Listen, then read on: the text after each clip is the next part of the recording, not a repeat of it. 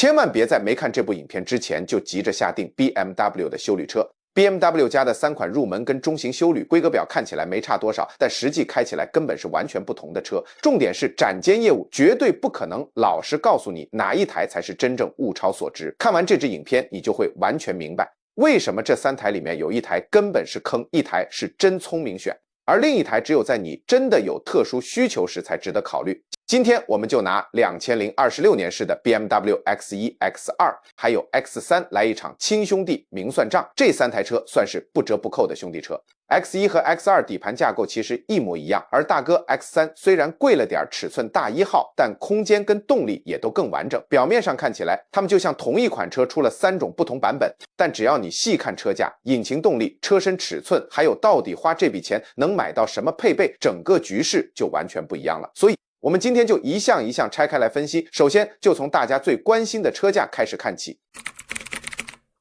我們先从最现实的口袋深度聊起，在台灣 X1 的入手價大約落在195到200萬出頭，斜背造型的 X2 稍微貴一點，直接拉到225萬起跳。至於大哥 X3 入門價就要250萬以上，也就是說，光是想跨進 X3 的門檻，你就得比買 X1 多掏出整整50萬台幣以上。這時候你一定要問自己一個問題，明明 X1 跟 X2 在路上看起來氣勢已經很像一台成熟的德系豪華休旅了，憑什麼 BMW 敢開口多收你這50萬？答案其實很簡單， X3 根本就是完全不同格局的車，它車身更大更寬，用的也是完全不同等級的纵置後驅底盤平台，主打的就是更高等级的市场。說白了， X1 和 X2 的定位就是主打靈巧、省油、好钻向弄的小型休旅，只是刚好掛了 BMW 品牌徽飾，看起来有高級感而已。但 X3 才是拿來硬槓賓士 GLC 跟奧迪 Q5 的真正主戰力。不過接下來這個才是重點， X1 和 X2 價格看似沒差多少，但無論是開起來的路感還是日常實用性，根本就是兩回事。那為什麼 BMW 還要同時賣這2台車？這就是最耐人尋味的地方，也是很多買家在展間最容易被業務話術牽着走，最後買錯車的大坑。接下來我們直接拆開引擎蓋，因為真正的重頭戲現在才開始。在基礎板上 ，X1 搭載的是一台 2.0 升4缸涡輪增壓引擎，最大馬力有241匹。如果你嫌不夠狂，還有性能版 M35i， 馬力直接爆衝到312匹。至於 X2 呢，動力心臟完全一模一樣，標準版同樣是241匹 ，M35i 一樣是312匹。你看到目前為止，2台車根本沒差別，2款車的入門版0-100加速0至100公里每小時大約都在 6.2 秒左右。如果是 M35i 性能版，時間直接縮短整整1秒。那為什麼 BMW 連換個引擎都懶？因為在底盤骨架下，這2台車根本就是同胞雙胞胎，相同的底盤，相同的動力傳動系統，再加上同一套7速雙離合器自手排變速箱，既然引擎動力完全沒差， BMW 到底憑什麼分開賣？答案只有4個字：造型與形象。X1 長的就是一台標準的小型休旅，而 X2 則換上了更吸睛的 Coupe 跑旅斜背線條，屁股一路往下溜，整台車看起來運動感爆棚。BMW 算準了有一群車主願意為了這個帥氣的外形多掏錢，哪怕因為這個斜背設計犧牲掉後座空間跟後行李箱容積也在所不惜。這在我們日常用車上會發生什麼事？如果你的車經常要載小孩、載高個子朋友、載大件行李，或是你就是追求同尺寸下的最大空間效益，那 X1 絕对是更聰明的選擇，因為它方正的車頂線條能給你更充裕的後座頭部空間跟超實用的後箱容積。反觀 X2 純粹就是為了側面看起來比較帥，硬生生把這些空間給砍了。為了帥而犧牲空間，這筆交易划算嗎？這才是你需要問自己的核心問題，因為在機械結構上選 X2， 你根本沒有拿到任何額外好處，你花了一樣的錢，甚至再多加一點預算，買到的卻是更小的空間以及一模一樣的動力表現，只為了換來那一身帥氣的跑格皮囊。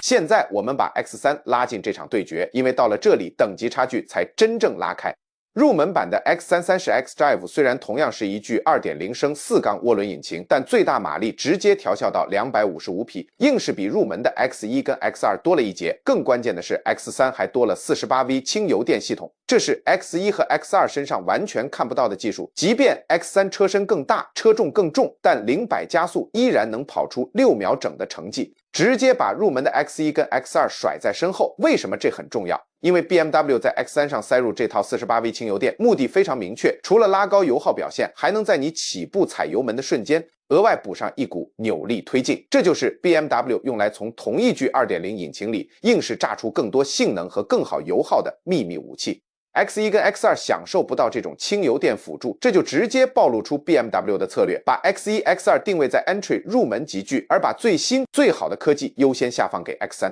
不過，真正重頭戏能讓熱血車迷嗨起來的，絕對是 X3 M50。這個性能版本直接把4缸引擎扔掉，換上了 BMW 最精髓的 3.0 升直列6缸涡輪增压引擎，加上 48V 輕油電加持，最大馬力一舉爆衝到393匹，0-100加速直接縮短到只要 4.4 秒，這根本是跨级距的暴走，跟入门 X1 相比，0到100公里每小時快了整整 1.5 秒以上。就算拿 X1 M35i 或 X2 M35i 来比， X3 M50 依然把你拉開好幾個車身。畢竟那2台 M Performance 入門車也只是用 2.04 缸引擎硬榨出312匹馬力而已。所以你現在要問自己的核心問題是，如果你要的是極致的狂暴加速度，還有 BMW 那精美绝倫的直列6缸声浪， BMW 的小型入门休旅完全給不了你，只有 X3 M50 能滿足你。X1 M35i 和 X2 M35i 的確很快，這一點不可否認，但它們本質上依然是把4缸引擎壓榨到極限的產物，而 X3 M50 則是從根本上就不一樣，多了2支氣缸，底氣更足，那種引擎運轉的平順度、排氣聲浪的浪潮感，以及在國道高速巡航時在加速的綿密推力，根本不是同一個檔次。講完動力，我們來聊聊最現實的車身尺寸與空間，因為這才是 X3 敢賣那麼貴真正的底氣。在車身級距上 ，X1 跟 X2 屬於跨界小型豪華休旅 CUV Subcompact SUV， 它們在台灣市區穿梭非常靈巧，好開好停。說實話，對單身族或是2人世界來說，空間絕對绰綽有餘，但 X3 就不一樣了，它是正宗的中型豪华休旅 Compact SUV， 等級硬是高了一個级距。不止後座膝部空間更寬敞，座艙橫向寬度更好，後行李箱置物空間更是大勝。把后座隔座椅全倒之後， X3 的最大容積可以來到大約1900公升，而 X1 只有大約1600公升，這近300公升的容積差距，聽數字你可能沒概念，但換成台灣人的日常使用場景，這就是你能輕鬆平放2個29寸大行李箱，跟必須硬塞疊放，甚至還得把一個扔到後座的差別。這對買家來說代表什麼？如果你是单身，或者平时只有你跟另一半，而且80%以上的時间都在市區通勤，那買 X1 或 X2 就完全夠用了，根本沒必要多花幾十萬去買你平時根本用不到的空房間。但如果你家裡有小朋友，哪怕只是3口之家，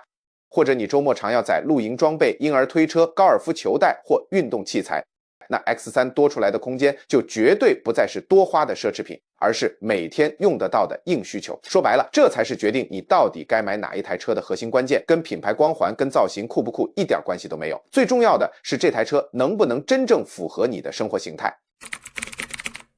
接着我們進到車室內裝跟科技配備，因為 BMW 在2026年式的配備布局上做了非常耐人尋味的設定。這3款休旅車現在全數標配了 BMW 最新的 Operating System 9 eDrive 9影音娛樂系統，用一片大尺寸觸控螢幕搭配駕駛座前面的數位儀表板，在 X1 和 X2 身上配的是 10.25 寸數位儀表加 10.7 寸中控觸控螢幕，但到了 X3 等級直接大升級，換上了更高階的一體式曲面螢幕，直接給到 12.3 寸數位儀表加上高達 14.9 寸的超大中控螢幕。為什麼會有這個落差？因為 BMW 必須讓 X3 在視覺跟科技感上硬是比 X1 跟 X2 顯得更高級、更現代化，這樣才能合理化我們前面提到那高達幾十萬的價差啊！而且螢幕變大不只是看着爽而已，它會直接改變你每天用車的習慣。螢幕越大，同一個畫面能顯示的資訊就越多，選單圖示跟按鈕也能做得更大，你在開車時隨手一按也更精準，不容易按錯。導航地圖看起來更是爽度拉滿。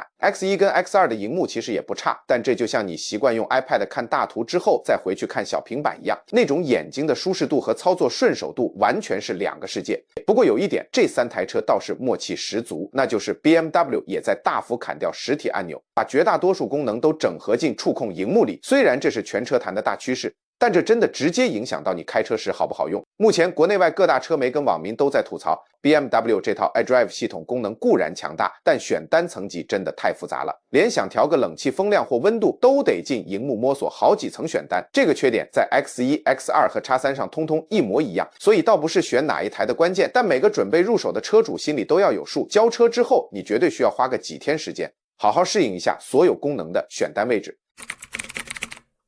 再來，我們聊聊油耗，因為從油耗表現就能看出 BMW 在這幾款引擎上的布局有多精明。入門的 X1 平均油耗大約落在 11.8 到 12.3 公里每公升左右，市區約 10.2 到 10.6 公里每公升，高速約14到 14.5 公里每公升。X2 因為用同一顆引擎，表現幾乎一模一樣，平均油耗同樣在 11.9 公里每公升左右。但神奇的来了，車身更大，车重更重的 X3 平均油耗竟然高達 11.5 到 12.3 公里每公升，市区油耗甚至還比 X1 更漂亮，来到大約 11.5 公里每公升。這真的非常不簡單，大家仔細想一下这背後的邏輯。X3 是一台尺寸更大、馬力更強的車，但在省油這件事上，居然能跟尺寸小一號的 X1、X2 平起平坐，甚至表現更好。我們前面提到的 48V 輕油電系統真的不是裝飾品，也不是車商拿來行銷吹牛的噱頭，它是真真切切在幫 X3 這顆大引擎省油。反觀沒有輕油電加持的 X1 和 X2， 油耗反而占不到任何便宜。這再次印證了一件事， BMW 絕對是把最新、最聰明的黑科技優先塞給 X3， 畢竟對原廠來說 X3 才是全球與各地市場的銷量柱石跟獲利金雞母。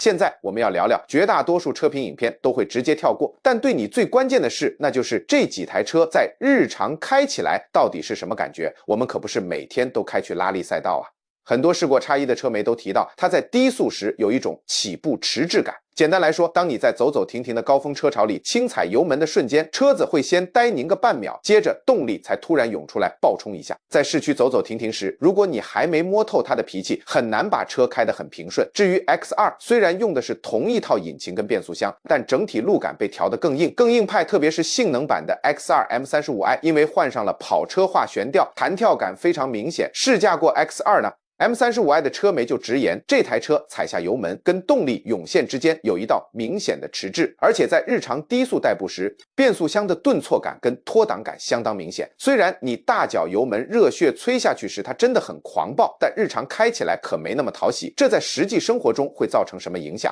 看規格表 ，X1 和 X2 的 M35i 版本簡直香爆了，312匹馬力，0-100加速5秒多。但在你每天接送小孩去全聯、家樂福採買，或者卡在台北內科、新竹科學園區跟台南塞車潮的時候，這兩台車的底盤與動力輸出其實遠沒有規格表上寫的那麼美好平順。反觀 X3， 不管是國外還是台灣車媒，一致大讚，它日常開起來沉穩太多，好伺候太多了。特別是入门的 X330 X-Drive， 這背後最核心的原因就是 X3 用的是經典的 ZF8 速手自排變速箱，它完美避開了 X1 和 X2 那套7速雙離合器在低速時特有的頓挫與慢半拍，在市區走走停停時換擋銜接順暢得不得了。這就是為什麼光看數據規格會被騙的原因。馬力數字比較大的車在每天日常代步時真的不一定比較好開。講完變速箱，我們順着車身尺寸和車重，接着聊聊行路質感與懸吊路感。X2 的懸吊設定走的是硬派運動風格，特別是性能版的 M35i 路感非常硬朗，在舒適模式 Comfort 下，懸吊回饋雖然扎實，但還在可接受範圍。一旦你切到運動模式 Sport，遇到台灣這種拉力級的破碎路面，整台車的彈跳感會變得非常明顯。這就是 BMW 為了給 X2 營造那種高性能熱血鋼炮的操控感所必須付出的代價。X1 則是拿捏的剛剛好，日常通勤的舒適度有維持住。你想熱血小試身手時，依然能給你足夠的操控樂趣。至於大哥 X3， 因為車身更大，車重更重，再加上更長的軸距，遇到路面坑洞或不平整時，壓過坑洞的吸震跟二次餘震處理都順暢太多了。整體開起來的行路質感就是更沉穩、更高級。分析了這麼多，如果你現在正卡在選車難題，到底該怎麼挑？我們直接幫你按用車族群來分類，看完你就知道自己該買哪一台。1. 獨行俠、小家庭與市區通勤族選 BMW X1。如果你平時主要在都市穿梭，要在狹窄的機械車位或巷弄停車，大部分時間是一個人開或載另一半。想要入主德系藍白灰，又不想掏出太多預算 ，X1 絕對是你的首選。它是這3台裡面用最低的入手門檻約200萬出頭，給你最大最實用的車室與置物空間。而且基礎版的動力在台灣日常道路上開根本绰綽有餘。外觀控帥哥美女型買家選 BMW X2。如果你覺得車子帥比實用更重要，為了那超酷的跑旅斜背造型，你完全不在乎犧牲後座頭部空間跟後行李箱，那 X2 確實很吸睛。但你要想清楚，多花錢買 X2，你完全沒有拿到更好的底盤性能或動力，你純粹是在用空間跟荷包去換那一身外形皮囊。3. 升格家庭，追求品質與長遠考量，選 BMW X3。如果你家裡有小孩，經常需要大空間載東西，又想要享受更大氣的一體式曲面大螢幕科技，而且預算能再往上捏個50到60萬 ，X3 絕對是更聰明、更值得持有長久的選擇。它不止尺寸更大，加速比 X1、X2 入门版更快，油耗表現更驚人的省油。就算未來幾年家裡成員增加，這台車的空間也完全能陪你成長。4. 性能控，直溜聲浪，信仰者直上 BMW X3 M50。如果你追求的是極致的貼背感跟引擎聲浪，預算对你來說不是問題，那擁有393匹馬力、3.0 升直列6缸引擎的 X3 M50 跟 X1、X2 完全不是同一個檔次的產物。就算是 X1 M35i 或 X2 M35i， 在它面前也只有看後尾燈的份兒。分析完這3台，我最想提醒大家謹慎考慮的就是 X2， 你花了一樣甚至更多的預算買一台底盤跟引擎完全一模一樣的車，卻只因為那個斜背車頂硬生生縮水了後座與行李箱空間。除非你真的对酷配跑旅造型有着極致的愛，而且你親自到展間試坐過，覺得完全能接受，否則對絕大多數人來說，選 X1 或是牙一咬直上 X3 才是最理智的決定。X1 是預算有限下 CP 值最高、最實用、絕不踩雷的平時好車， X3 才是真正體現德系豪華動力、科技與大空間的完整體。以上就是2026年式 BMW X1、X2 與 X3 的完整評測。如果這支影片有幫你破解選車迷思，找到最適合你生活形態的神車，別忘了按讚、訂閱、開啟小鈴鐺。我們下一集對決影片見。